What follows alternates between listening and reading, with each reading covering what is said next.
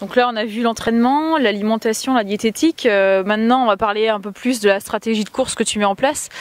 Pour avoir échangé avec Antoine Guillon, j'ai pu voir qu'il était très minutieux dans l'équipement, dans le sac, le poids du sac, mais également dans tous ses temps de passage, en fonction du dénivelé.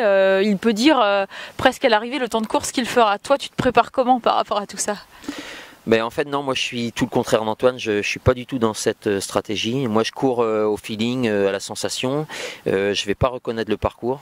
En même temps je me dis on part pour plus de 24 heures, j'ai fait une bonne préparation, je pars à mes sensations.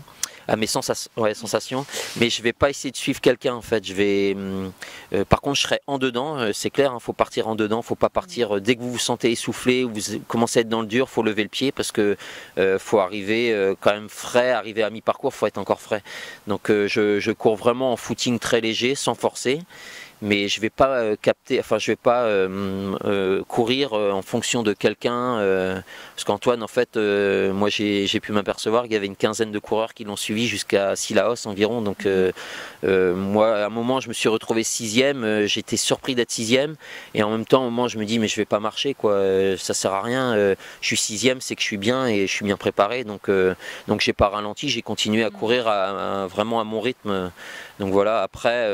Tu as des indicateurs avec ta fréquence cardiaque ou pas du tout? Ouais, à l'entraînement, ouais, je cours beaucoup. En fait, mon coach, à la rigueur, je dirais que c'est mon cardio à l'entraînement. Je cours beaucoup au rythme cardiaque, donc je me fais des séances avec mon cardio. C'est vraiment, pour moi, c'est un entraîneur en fait. Après, et du coup, tu l'utilises pendant l'épreuve? Non, je l'utilise pas après. Non, je cours vraiment à ma sensation. Mais pour faire des grosses séances, oui, je cours. Même en footing, je me force à courir parce qu'on a tendance à aller trop vite à l'entraînement et parfois des footings très légers, ça fait du bien. Et justement, courir entre 120 et 130 pulsations, c'est très très dur. C'est beaucoup plus facile de monter à 170, 180 parce que parfois 120, 130, vous êtes presque obligé de marcher dans les côtes. Donc c'est ça qui est dur.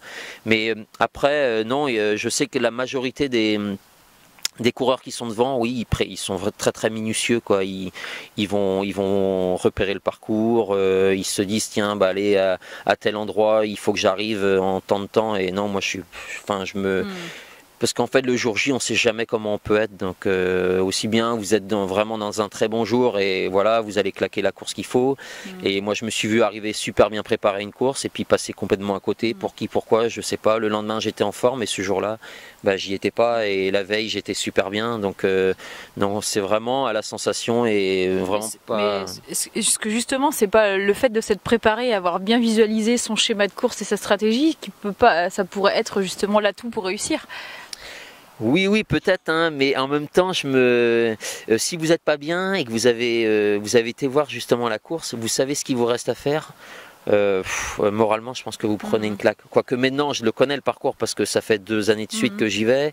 Il y a eu que le départ qui a changé, donc après, je savais ce qui m'attendait cette année. Mais dans ma tête, j'étais prêt. Donc, ça fait 2 ans que je le fais d'affilée. J'ai jamais pensé à l'abandon, quoi.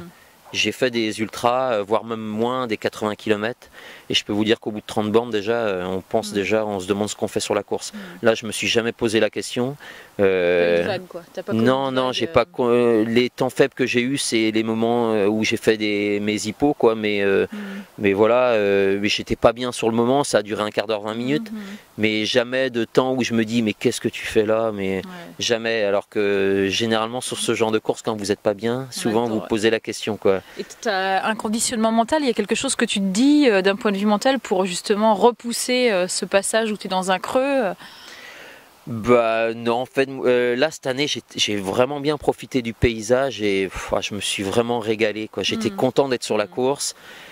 Content aussi de revoir les collègues. Je vois quand je suis arrivé le jour du Grand Raid, le jour J, j'étais super content de voir les copains que j'avais pas vus depuis longtemps, certains comme François Daigne que j'avais pas vu depuis un moment, Kylian que j'aime bien revoir aussi, qui est super sympa, Antoine, et puis plein d'autres gars que j'avais pas vus depuis 2 ou 3 ans. Donc déjà rien que de me retrouver sur la ligne de départ. je me dis mais enfin, pour moi j'ai de la, ouais, et puis j'ai de la chance quoi. J'ai de la chance d'y être parce que j'ai des sponsors qui m'ont donné la possibilité d'y être. Donc mais vraiment c'est une chance quoi de pouvoir courir et de faire des belles courses comme ça. Donc déjà d'y être, j'étais super content. Et après bah voilà, c'est le plaisir et puis la gestion, enfin gérer sa course et jamais se mettre dans le rouge. Ça je l'ai dit avant à certains Bretons que j'avais croisés, je leur avais dit surtout vous mettez pas dans le rouge, il faut gérer jusqu'à Sillaos. Et après généralement à Sillaos on voit comment on est. Si on est bien, je pense que moi c'est la clé arrivée. Juste pour situer, Sillaos c'est quoi? C'est à mi-parcours? Sillaos c'est à 70 km donc il reste en gros 100 bornes derrière.